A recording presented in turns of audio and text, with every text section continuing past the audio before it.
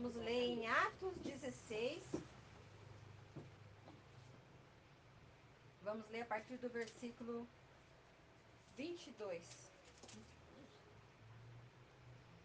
Glórias a teu nome, Senhor. Consegue estar de pé? A palavra do Senhor fala assim: E a multidão se levantou unida contra eles.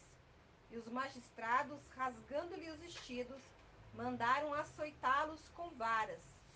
E havendo-lhes dado muitos açoites, os lançaram na prisão, mandando ao carcereiro que o guardasse com segurança, o qual, tendo recebido tal ordem, os lançou no cárcere interior e lhes segurou os pés no tronco.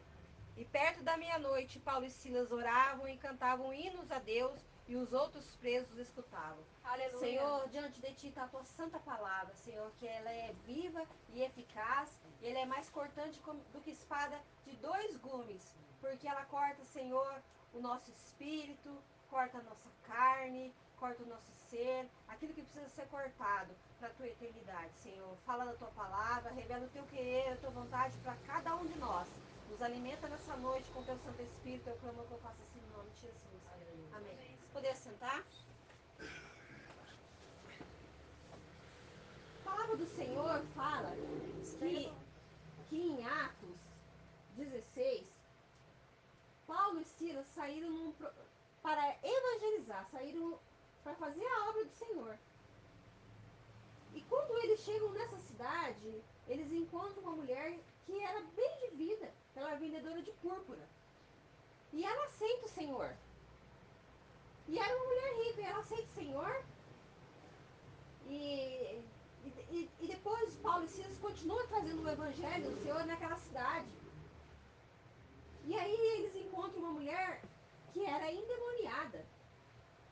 E elas falavam assim, olha, esses homens são mensageiros do Deus Altíssimo, né? Cada Bíblia vai ter uma interpretação, mas ela começava a falar isso. E essa mulher, ela era escrava e ela dava lucro aos seus senhores porque ela adivinhava algumas coisas. E Paulo e Silas aguentaram essa mulher endemoniada falando, e eles sabendo, discernindo que aquilo que ela estava falando, não, apesar de ser verdade, não era pelo Espírito de Deus. Porque vocês lembram que quando Jesus trazia a palavra, às vezes quando Jesus encontrava algum endemoniado, ele falava assim, filho de Deus Altíssimo, o que queres comigo? Várias situações os demônios reconheciam que Jesus era filho de Deus. Paulo e Silas aguentam aquela mulher falando, e ela ia atrás dele falando. Mas Paulo e Silas, por que eles aguentam essa mulher um tempo falando? Porque o dia que ele repreendeu aquela mulher e o espírito o deixou, o demônio deixou, os donos daquela mulher se indignaram porque a fonte da sua renda se cessou. E eles então alvoroçaram a cidade, alvoroçaram as pessoas. E ali você vê que a multidão que estava ouvindo Paulo e Silas trazer a libertação, trazendo a mensagem do Senhor, que estavam tudo amiguinhos de Paulo e Silas, agora você vê no versículo que nós lemos, eles se rebelaram contra o Senhor e contra aquilo que Paulo e Silas pregavam. Os magistrados também. E o que aconteceu? Em vez de eles ficarem contentes com a obra, não. Rasgaram as vestes deles. Mandaram açoitar, bateram, Ana. Bateram com varas. E além disso, colocaram-os na prisão. E a mensagem dessa noite é para a gente pegar a dor da gente. Fazer da dor da gente um motivo para ter uma experiência com Deus. Aquilo que veio de amargo na nossa vida, para fazer isso um motivo da gente buscar uma experiência com Deus. Paulo e Silas agora estão no cárcere. Estão sendo guardados, estão com as pernas amarradas. Eles tinham todos os motivos, de repente, para se lamentar. Verdade. Para falar, mas o que está acontecendo? Nós não merece estar aqui, por que a gente está nessa situação? Você vê, né? Eles estavam pregando o reino de Deus. Eles tinham motivos, né, para estar reclamando. Mas aí, eu lembrei de uma situação Até eu ia comentar com você outro dia lá, né? Que eu encontrei uma mulher lá na praia, em Natal, e ela estava me falando que ela tinha desviado do caminho do Senhor. Porque ela e o marido estavam começando ela mais buscando a Deus, o marido se envolveu com bebida e o pastor orientando eles para poder firmar os passos do caminho do Senhor. O filho dela fica doente, fica internado e ela se vê meio abandonada pelo marido e o filho morre, não morre. E chegou um momento que ela falou assim: Miriam, eu abandonei todas as coisas porque eu perguntei aonde que estava Deus quando eu estava sofrendo.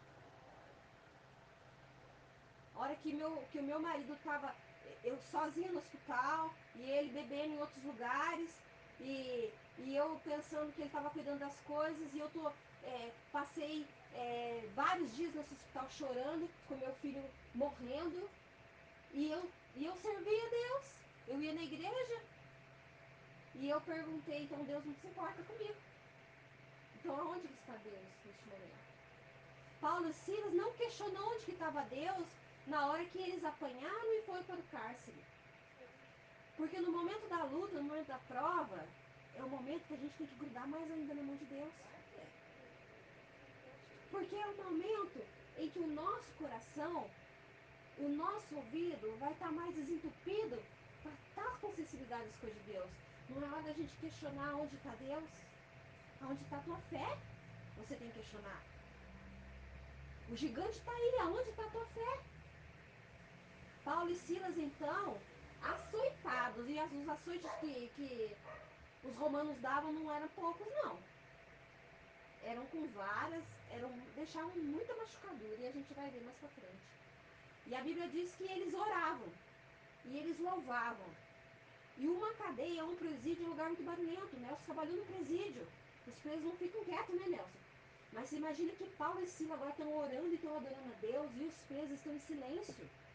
Não é normal, né? Eles estão agora ouvindo a dor de Paulo e Silas. Foi o momento que levou eles àquele lugar.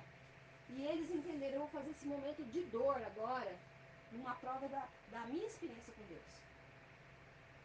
O Senhor pode arrancar deste momento mais difícil que eu passo, que você passa, no momento de dor, o Senhor pode resgatar uma bênção muito grande, maior que você imagina.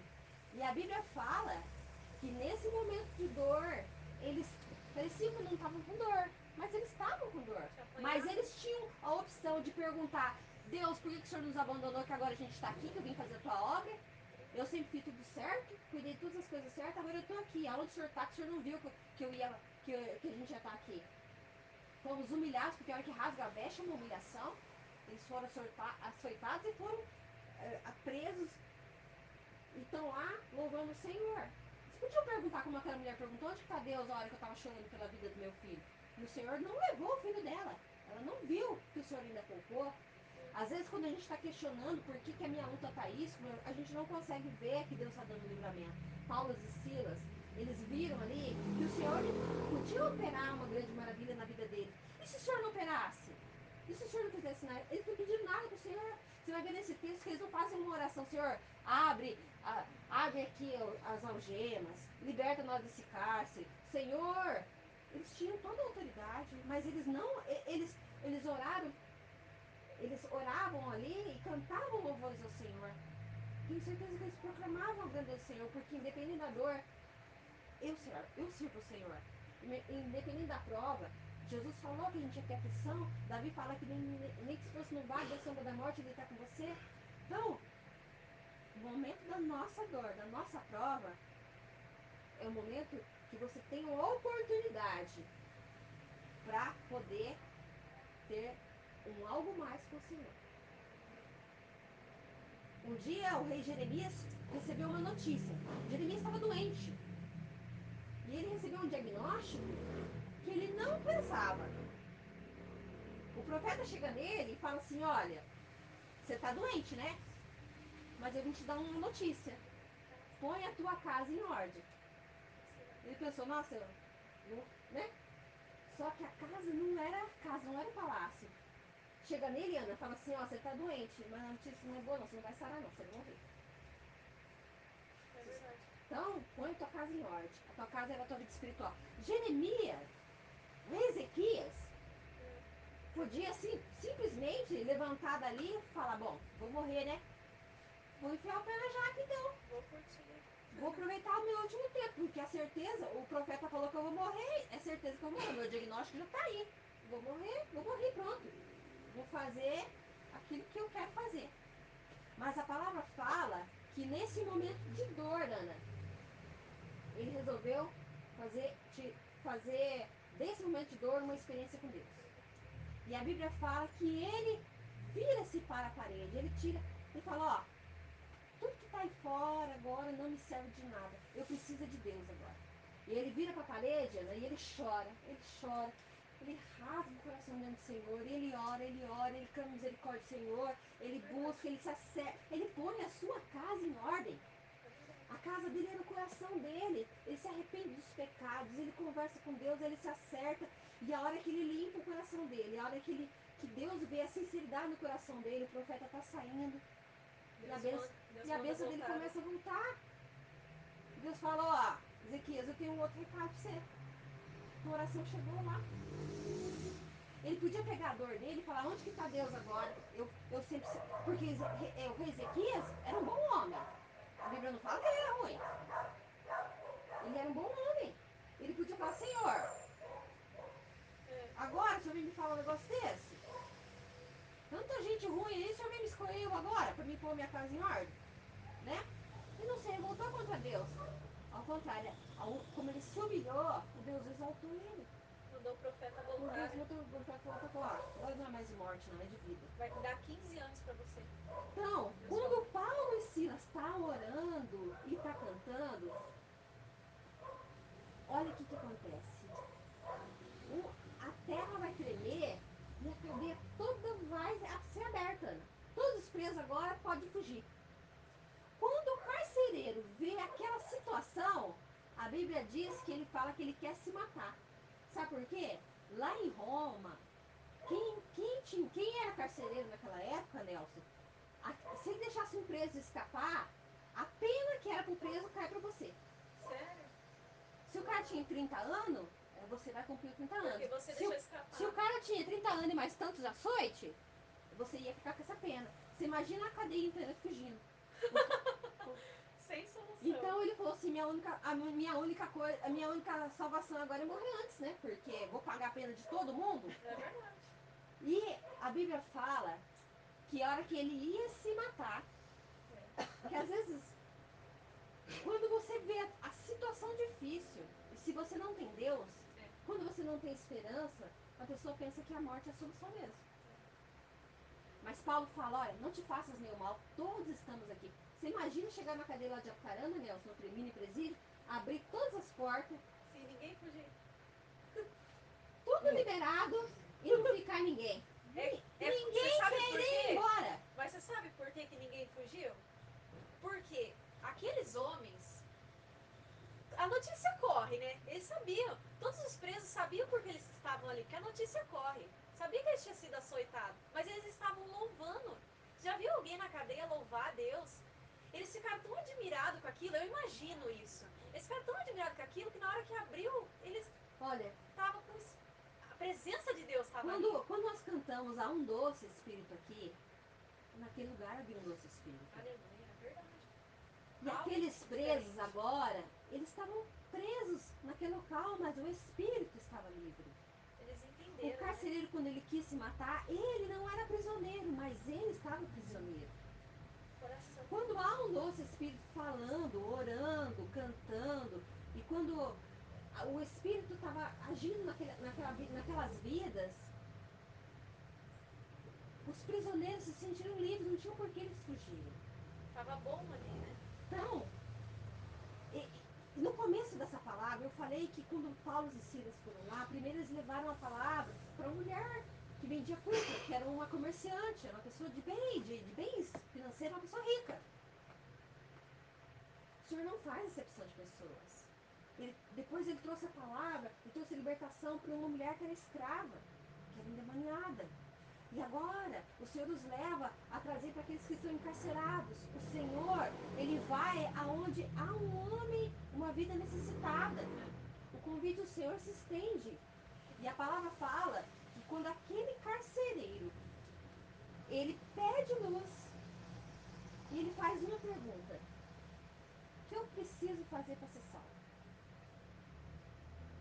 Agora, ele faz essa pergunta. Por que ele faz essa pergunta? Por que eu preciso para ser salvo? Esse carcereiro, ele era romano.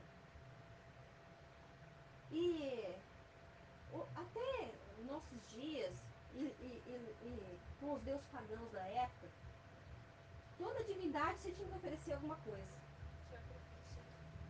Todos queriam alguma coisa. Ele achava que ele também tinha que oferecer alguma coisa dele para ser salvo. Mas Paulo e Silas falam: não, só aceita o Senhor Jesus. Glória a Deus. Não há sacrifício nosso, porque o sacrifício Jesus fez na cruz. Aleluia. É verdade. Não tem o que nós podemos oferecer para sermos salvos. Paulo fala: aceite o Senhor Jesus. E nós podemos continuar vendo que esse carcereiro, quando ele fala, ó, e tirando-os para fora, ele tira agora Paulo e Silas para fora e fala assim: o que é necessário que eu faça para me salvar? E ele disse: crê no Senhor Jesus. 31. Ano 32. Crê no Senhor Jesus Cristo e será salvo tu e tua casa. Aqui, quando fala crê no Senhor, por ser romano, os romanos, para eles, César era o Senhor. E a igreja começa a ser perseguida por falar que Jesus era o Senhor. Começa a perseguição da igreja assim. Paulo agora fala assim: crê no Senhor. Agora o Senhor da sua vida não vai ser César, não vai ser nenhuma autoridade desse mundo, vai ser Jesus. Você crê no Senhor como único e suficiente Salvador da sua vida? Crê no Senhor? Porque não tem aquele que fala que Jesus é o Senhor da sua vida e o Senhor não vai habitar no seu coração. Crê no Senhor Jesus e será salvo tu e tua casa. E olha, e ele vai, eles pregaram a palavra do Senhor e todos em sua casa. E você vê que esse carcereiro leva Paulo e Silas para sua casa. E agora essa palavra também é pregada na casa do carcereiro. Você vê aqui que boas novas de salvação chegam nesse lar. Ele recebe o Senhor Jesus e agora ele quer que a sua família também receba o Senhor Jesus. E agora a sua família vai ver Paulo e Silas tendo as suas machucaduras sendo curados agora pelo carcereiro, que era um homem que tinha como serviço machucar os presos. Mas agora ele foi transformado pelo Senhor e agora a sua família está vendo nele mudança de Aleluia. vida. Sua família está vendo agora um homem que está cuidando de uma outra pessoa, está cuidando das suas feridas. Um homem agora que chega em casa e leva e traz às pessoas: olha, ouve o que esses homens têm para falar. Aquilo que eu vi, eu presenciei, eu quero que vocês recebam. E a família vai poder contemplar a mudança do carcereiro. Agora o carcereiro, agora, ele é também um homem liberto. Você vai ver lá no versículo que ele cura, ele trata das feridas deles. 33. Pode ler aí, Miriam. Olha lá. E tomando-os ele consigo naquela mesma noite, lavou-lhes os vergões, e logo foi batizado ele e todos os seus. Então, a mudança. Você aceitou Jesus? Tem que ter mudança. Você aceitou Jesus? Jesus é o Senhor da sua vida. Agora ele vai, ele leva agora na posição de lavar as machucaduras dos outros. Você imagina esse carcereiro, como ele devia ser um homem duro na sua casa, pela produção dele de maltratar os outros, como às vezes até a sua família tinha assim com ele, né? E agora ele leva esses homens, a salvação chega na sua casa e ele mostra de exemplo para os seus filhos, para sua esposa, cuidando dos homens de Deus. Que eram os presos. Agora ele está lavando as feridas. Então, há uma mudança de vida naquele que aceita o Senhor como seu único e suficiente Salvador. que eu devo para ser, o que eu preciso fazer para ser salvo? Então, o momento da nossa dor é o momento de buscar o Senhor para gerar salvação na nossa vida. A palavra está cheia de exemplos de pessoas que passaram momentos de dificuldade e se prostraram, ou viraram o rosto para a parede, ou mesmo amarrados. Paulo e Silas não podiam ficar ajoelhados, eles estavam com as pernas até amarradas, né? Orando, buscando o Senhor. Senhor, não sai daqui enquanto me abençoares. Quem que foi? Tomou lá, ó, Jacó, né? Depois o anjo, Sim, tocou na coxa. a João, falou assim, ó, vou passar a noite inteira orando aqui. Eu vou te passar a noite inteira, Senhor. Mas eu só saio daqui quando me abençoares. Ezequias orou, daqui um pouquinho a benção já veio. Ele nem estava saindo, a benção veio. Aí Paulo e Silas oraram e cantaram a noite inteira. Depois a benção veio. Jacó lutou com o anjo pela sua bênção. Mas e a Bíblia vai contar daqueles que não buscaram o Senhor e não lutaram suas bênçãos? Não, eles morreram.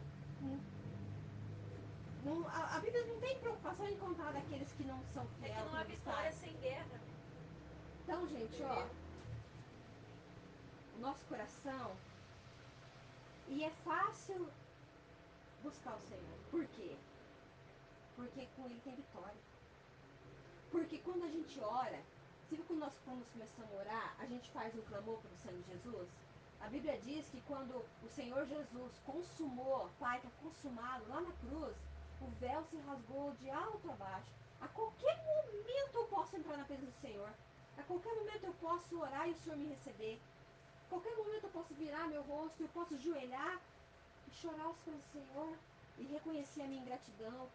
Eu posso ver em quantos momentos que às vezes a gente podia buscar do Senhor um algo mais, que às vezes vem alguma prova na minha vida e às vezes eu, entendeu? E a qualquer momento a gente tem esse livre acesso, porque o caminho foi aberto na cruz do Calvário. Quanto um louvor nesse sentido. Tá? Então é isso que o Senhor tinha para as nossas vidas. Alguém quer falar alguma coisa? Quer algum comentário? Então, a porta do céu está aberta, gente. Está aberta. O sacrifício de Jesus é o que vai te colocar lá. Clama pelo sangue de Jesus. Ele é o Cordeiro Eterno.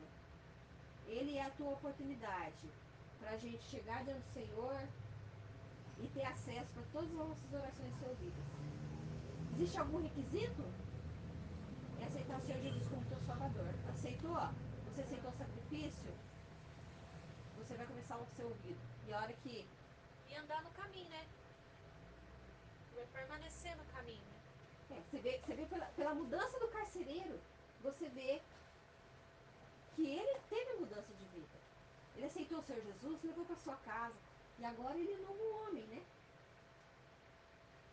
E é isso que o Senhor quer para as nossas vidas. Cada dia sejamos novos. Vivemos em novidade de vida com o Senhor. Se eu não me engano, quando houve o terremoto, né? Que Deus mandou para abrir a prisão, foi aberta as cadeias deles também, né? Sim. As amarras, as cadeias. Eu imagino que depois essa cadeia nunca mais foi a mesma.